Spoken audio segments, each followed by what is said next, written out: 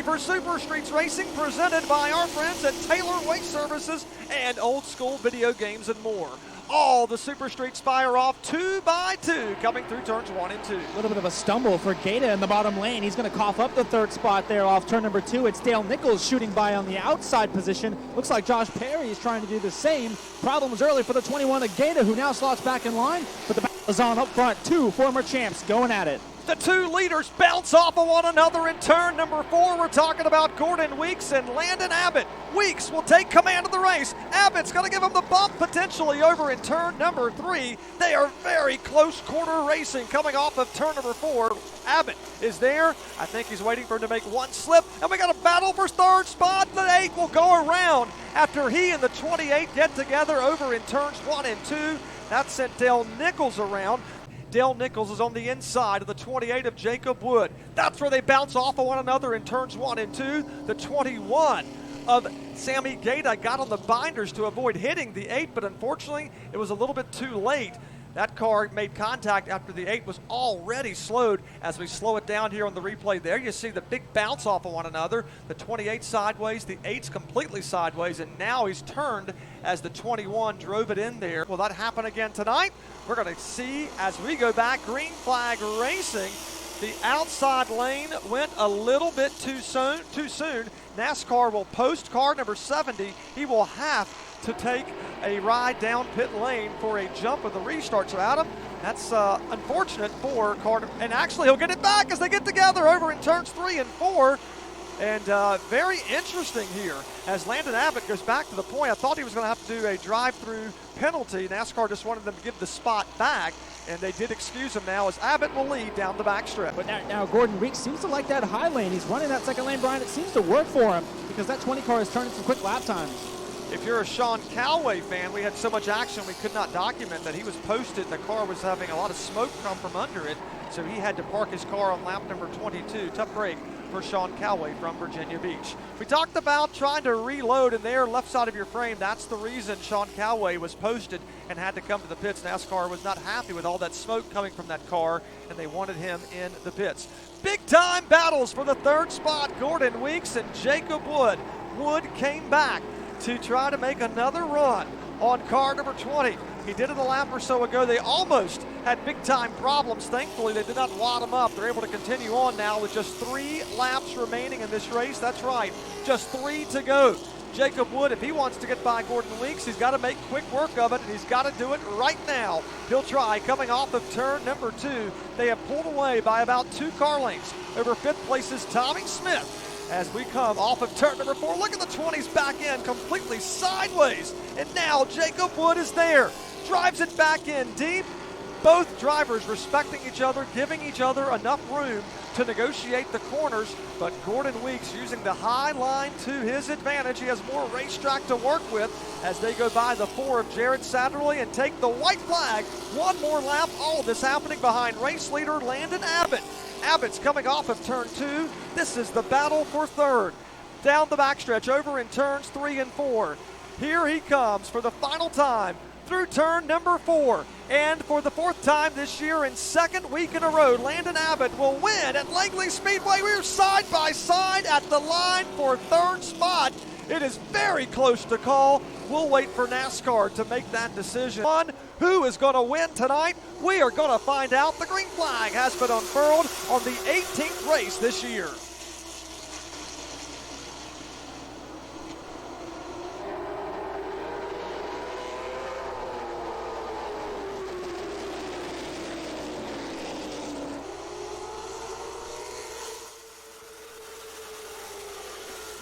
Hard on the outside. Cole spun the tires a little bit on the start, hurt it a little bit on the start. How about that, Cody Bryant? Could he go to the catbird seat over in turns 3 and 4? We love nighttime racing. You can see the sparks flying as the air pressure continues to build in these Hoosier tires. Bryant trying to make the high line work, coming through turns 1 and 2. Cole Bruce trying to stand on the throttle, but Bryant may just clear him. He's got a good shot here. There he goes. He got it.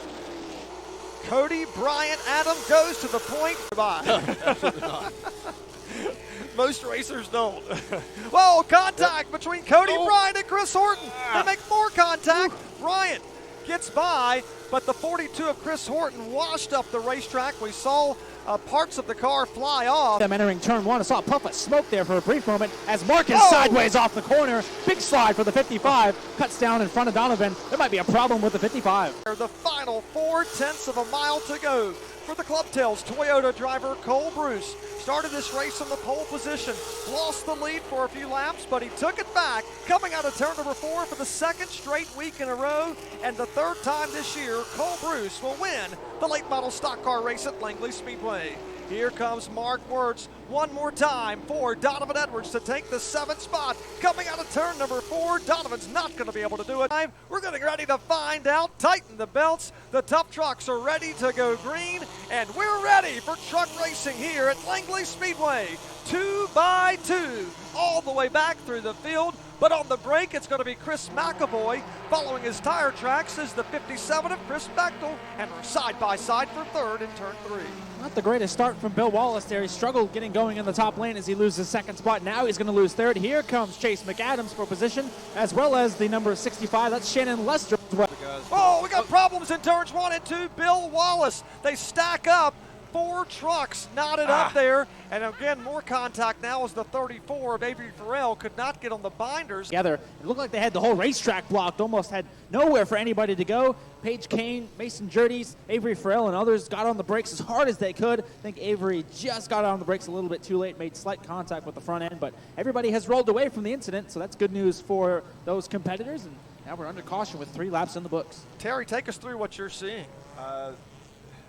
The 19, he got, when you watch him enter the corner right here, he sort of, see how he went straight down in the corner, he clipped that edge of the apron right there, and the truck was wouldn't turn, and washed him up into Lester's truck. I mean, it's a racing deal. Of course, you know, everybody's going to be mad and all that stuff, but it was a racing deal. To his right side is Chase McAdams on the front row. Your point standings leader, Chris Bechtel, will start in 3rd, and we are green flag racing once more. All the drivers stand on the loud pedal, Adam, and they're now working the gearboxes. Jump for McAvoy, who gets out front of McAdams, and now it looks like the 11 truck, Wesley Newell, entering the picture. He's going after Chris Bechtel. The battle's on further back. Shannon Lester going after Mason Jurdes, and Chris Wright. Look at big-time problems at turn 3.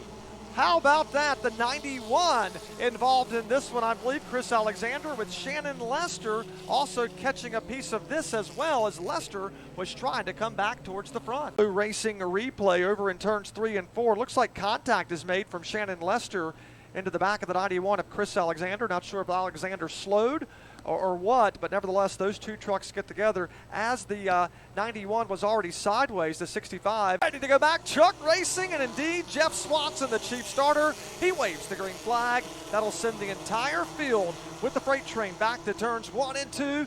Chase McAdams is not ready to settle for 2nd. He's ready, Adam, to take the lead down the backstretch. That 62 truck got a great run through the middle of the corner outside of the 3. McAdams is going to look to do the same here in 3 and 4. Can the former champ get his first win of the season? He's ready to get back on top, but McAvoy says not so fast. I'm the kid that's on top. I'm going to continue to stay there here for the moment.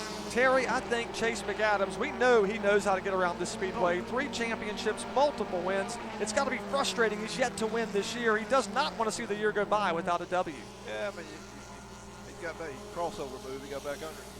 Here comes truck 62, Chase McAdams to the bottom of the racetrack on Chris McAvoy. He does the crossover move as you hear Terry Harris call, and we have a new race leader, Chase McAdams, as he's able to scoot by as we take the white flag one more time around. And we got 1 truck sideways way up the track. That is the 11 of Wesley Newell, who gets back in the throttle here. Meanwhile, coming through turns 3 and 4 for the 2nd straight race in a row, Chris McAvoy will win the Tough Trucks of NASCAR, the Harris Truck Shop Super Trucks. Ready to find out. Here come the Virginia Sprint Series through turns 3 and 4, and the green flag is out. We're 2 by 2, and already Chris Humblett, the defending race winner, Adam, has gone to the point in turn 2. Chris Humblett has been tired of seeing Gerald Harris win here at Langley, and he made the pass in the qualifying race. Now he's going to do it for real in the feature race. Humblett says there's a new sheriff in town. Gaggle of cars ahead of him, including Bill Mullis in the 45, the 88 of Darren Bullock. Just ahead of them, it's Matt Mullins in the 54, so it's going to come down to who can get by. 20 going outside. Looking to the outside now as we go to the end of the straightaway. Adam, we got a ton of cars right there in turns 1 and 2. What a gutsy move by Humblett. That may have just won him the race as he looks back and sees the 38 struggle with lap traffic. Humblett is clearing them now very, very quickly. Mullis is the only car left to pass, and he has extended that gap out to about 10 car lengths. Versus Billy Hubbard here this evening. Humblett down the backstretch, goes into the final set of corners. Billy Hubbard's going to try to make a bonsai run coming to the checkered flag, but it's not going to be enough. Chris Humblett will win here at Langley Speedway. Michael Waters, Mike Parker, row 4, and Gary Kidder starting shotgun. We are set for the Pepsi Grand Stocks, and we are green here at Langley Speedway. Let's go racing, everybody. That's right, let's go racing, Aiden Zedrick says, as we watch Bill Aker take the top spot down the backstretch over Brandon Henson, but they're side by side for third behind him. It's Nate Lundeen right in the mix coming off of turn 4. Anytime. Right now the 14 is in drafting range, so as long as he stays right behind him until the very last second or right when he thinks he has an opening, he'll be catching up to him really fast. Aiden Zedrick, a racer here at Langley Speedway, giving us his perspective. He knows how to get around this racetrack as he is telling us about what Paul Lubno is thinking and what he's doing. Here we go, dive bomb. Here we go. Let's see what he does. We're going to see what he does. Aiden talks about a dive bomb sometimes, Adam. That's what you got to do. It looked like he was ready to full send it right there as he got to the back bumper off of turn 2, but couldn't quite make it happen in 3 and 4. Look at Lubno underneath the 14 as Aker gets loose. Now Lubno gets loose as they come off of the corner. Big time saves from both drivers. They're going to go back down into turn 3 with a lap car with Donald Brown just in front. If you don't think these drivers are giving it everything they can, you are not watching this race closely. They are sideways over this racetrack, both the 29 and the 14. Bill Aker and Paul Lubno. Lubno had to gather it back together twice the most recent lap around on the backstretch. He has caught Bill Aker once more. He's going to reload coming off of turn number 4. 6 laps remain in this one. Bill Aker has led all evening long. Can he hold on to lead at lap 40? But we know, Aiden, that the pay window doesn't open until the last lap. Doesn't pay to lead the most, you just got to lead the last one. And here comes Paul Lubno. He's there on the inside, side by side, coming off of turn number 4. New race leader, Paul Lubno. Will Bill Aker try the crossover move going through turns 1 and 2? He's not able to make it stick as Lubno sideways down the backstretch, but he is in the lead now, Adam, in turns 3 and 4. And I think he's got just enough of a cushion where Aker cannot quite get to the back bumper of the 14. Looked like he tried there going into turn 1, but couldn't quite make the contact. I think he wanted to. And now Lubno just right there, kind of out of reach of the 29 machine. Can't quite do anything if you're Bill Aker. Lubno just hitting his marks, trying to bring this one home. He's just out in front, and he's trying to bring home win number 6 of the season. So what does Bill Aker have to do as he now tries to reload to get back around the 14? So at this point, we're so late in the race, we want to capitalize and try to see if we can get 14 to go wide on the exit, while Bill needs to go wide on the entry and cut down on the exit. We're going to see what takes shape because Paul Lubno knows that Bill Aker hasn't gone anywhere. He's not been able to leave the 29. Speaking of Paul Lubno, and now contact is made in turns 1 and 2. Aker gives the bump to the 14. Both cars get out of shape for a moment, but it does open the door. It allows Aker to go to the inside of Paul Lubno. They're going to be side by side coming to the white flag. With just a slight advantage, Bill Aker has it. Paul Lubno sends it back in turns 1 and 2, but we got a car around in turn number 2, and the caution flag is going to come out. He tightened the belts. 2 more laps to go at Larry Kinglaw's Langley Speedway. The green flag has been displayed. Back in the gearbox, working the throttle. It's Paul Lubno, stands on it. Behind him, they're side by side for second. Adam, on the inside is Bill Aker. To his right side is the 17 of Brandon Henson. Yeah, and Aker's got to make quick work of the 17 if he wants to have any shot at the 14. Here he is off the corner. Contact is made. Henson is back to third. Aker setting off for Lubno in turn 1. Final time through turns 1 and 2. It's Paul Lubno out in front. Bill Aker behind him. They come off of turn 2. We got the 47 car hard in the wall. And unfortunately, that car has come to a rest, but we are coming to the checkered flag to see who will win this one. It's going to be Paul Lubno getting it done for the second straight race in a row.